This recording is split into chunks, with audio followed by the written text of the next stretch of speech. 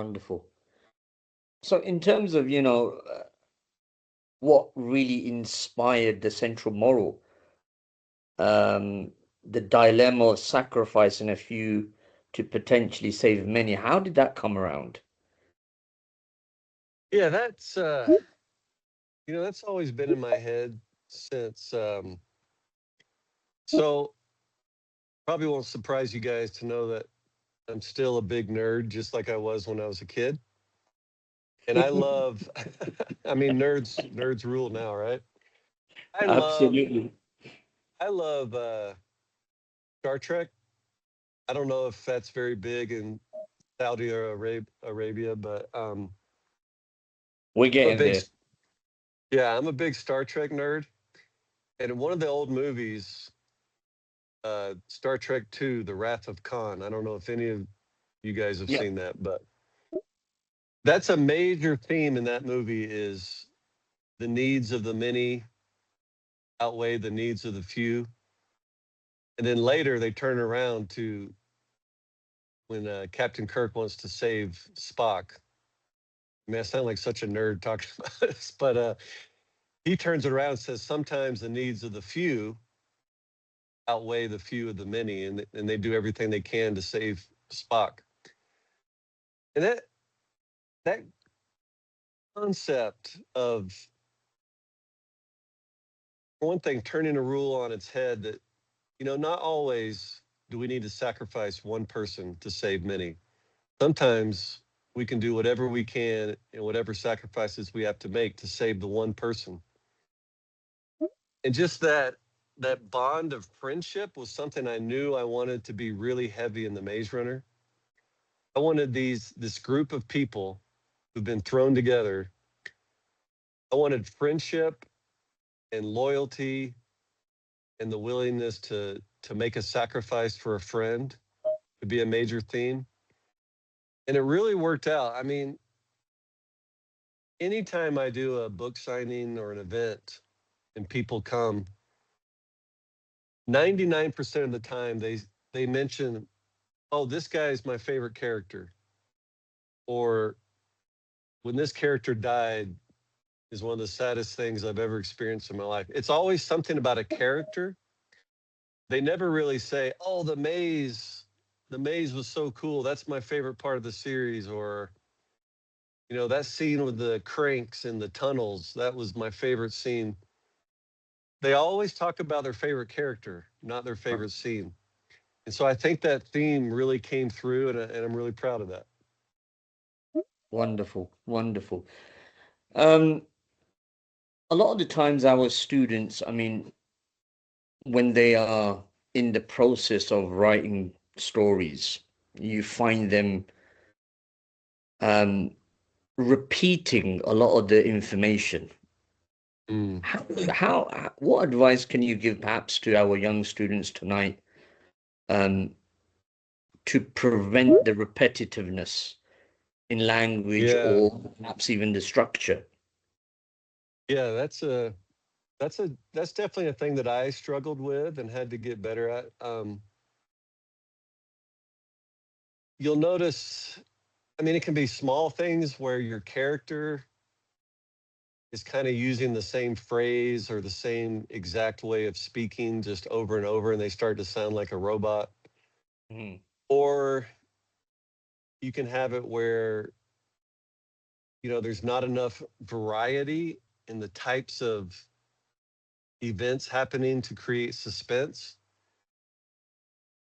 So, like one example, if you're thinking about the Maze Runner, which you guys are most familiar with, um, it could have been easy to have things repeat, like you say, like they could have had a scene with the grievers and then another scene with the grievers and Right. then a scary scene in a different place with grievers. But I tried to mix it up. We had the virus, we had the serum, which I don't know what word they used in different languages for the serum that they would inject into people. So you had a really scary scene with Albie that had Yeah, nothing I to do remember with the that. griever. Um, it's just, oh, it's such a tough question to answer because you just you want it to feel fresh as you read the book.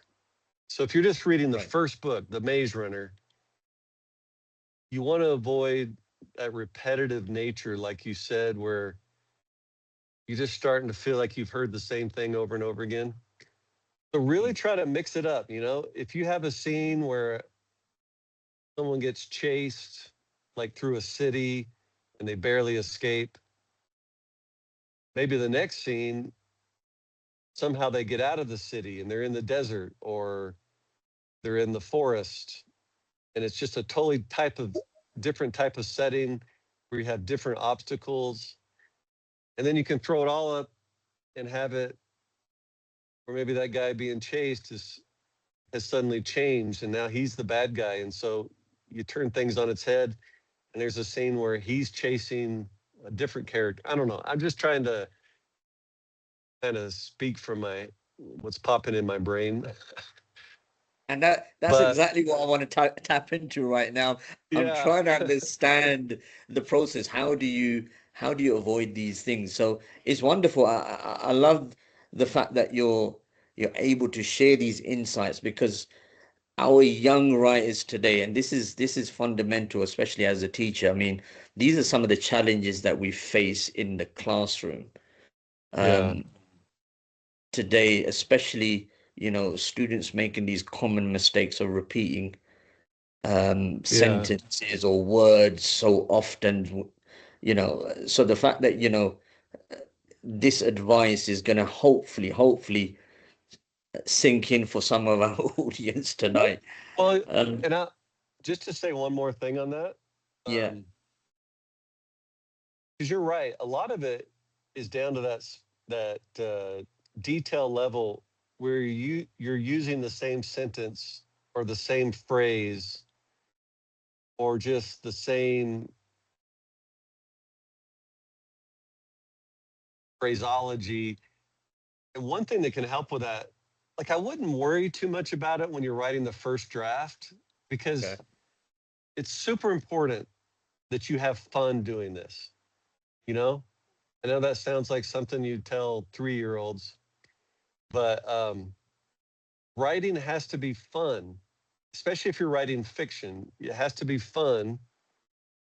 And I know that I struggled I would just get bogged down with, okay, I got to do this, I got to do this, I got to do this, I got to do this. I can't do this, I can't do this, I can't do this, I can't. I'd have all these lists in my heads of things I'd learned at classes and stuff. Um, and all those things are very important. But I think if you can if you can let go of some of that, at least when you're writing the first draft, and just have fun with it and let the story move forward. And if you get stuck on something, just kind of skip over it and keep writing. And you can go back and fix these things in the editing process. Um, and one thing that really helps with repetition Mm. specifically is to either read it out loud. Sometimes I'll read my books out loud and I'm like, oh man, I just said the same thing 5 times on one page. You just notice it differently. Or just have a good friend read it and say, look, be honest with me. Tell me, you can have a friend look just for repetition. Well, yeah, you have this one phrase that you use every time someone gets in a scary situation. Then you can just brainstorm and it's fun to come up with different ways to say the same thing. Um, so those are some keys to help you overcome that. Wonderful, wonderful advice. I love the fact that you mentioned you got to enjoy it, and I think that applies to a lot of things in life. I think if you don't enjoy it, then your path is not going to be very long-lived. Yeah, So I yeah. totally agree. Um, what times did you pick during the day to write? When did you, was it the mornings that you was inspired with those ideas, or was it just randomly you had a journal and you would jot down notes? How Well, did you go around organizing your time? that's a that's a really great question because I kind of had two phases of my writing career. Um, So I got married when I was in college, and my wife and I have 4 kids. And so for about the first 7 years of my marriage, I had a full-time job. I was working. I wasn't making enough money from writing. So then I learned something so valuable at that time. I was writing and I wanted to write a couple of books, but I had this full-time job. I was busy every day, all day. And I just kept thinking, well, when I have some free time, I'll work on my book. And just kind of kept it vague and, you know, just out there. Whenever I want to work, I'll work. Well, I was never writing. So I realized I had to have very specific goals.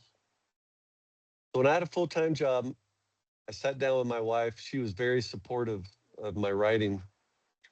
She said, "All right, let's pick 2 specific times during the week that you're going to just write and not worry about anything else."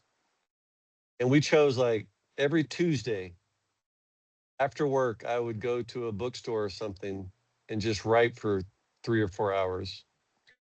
And then every Saturday from like 10 a.m. to 2 o'clock p.m., I would work on my writing. So then once I had specific times set aside, I didn't really have much choice. Those were the times, so that's when I did it. But then once the Maze Runner came out, I entered a whole new phase of life where I was then a full-time writer. So it was my full-time job.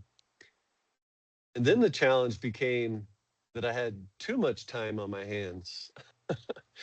And I had Mm. to figure out how to schedule out my days. And I really wanted to treat, even though I was working for myself, working as an author, I wanted to treat it like a job. So then I did more, and still to this day,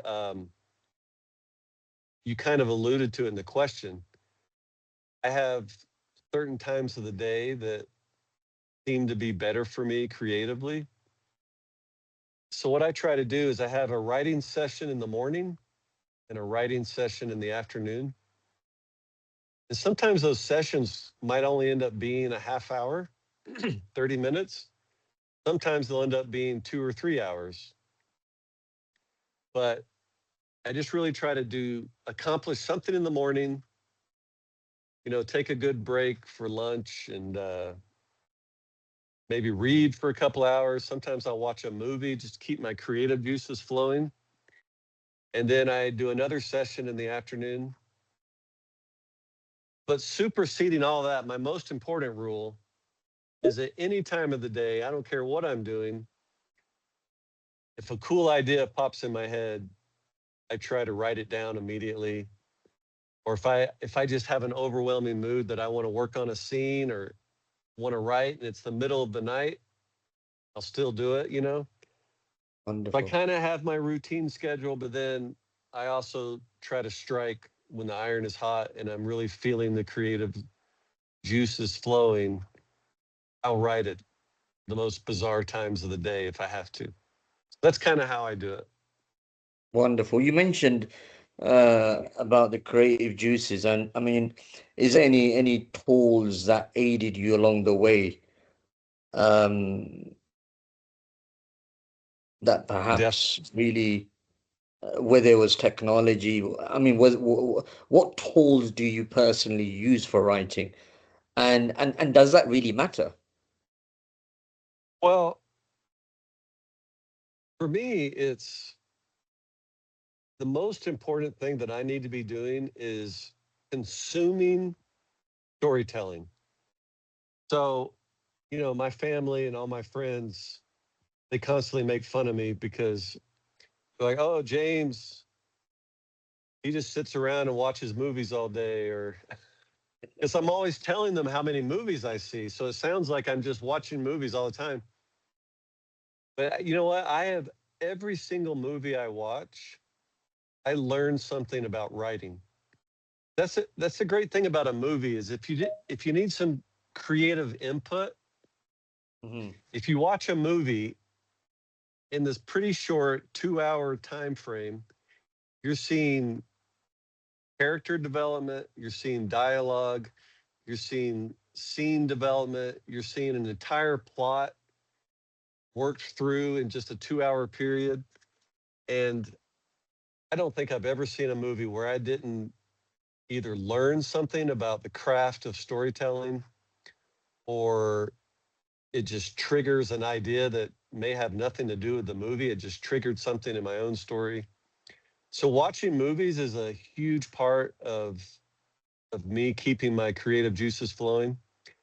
Mm. And it's important that I read a lot. So I try to read for at least an hour or two every day just to keep that part of me churning, you know.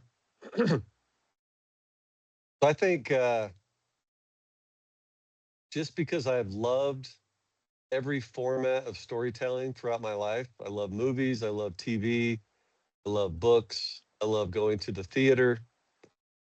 All that consumption of stories and all that consumption of characters is just in my brain somewhere. It's like I call it my idea soup. And it just, when I'm ready to pull my own creativity out and do my writing, there's a lot of material up there that helps me.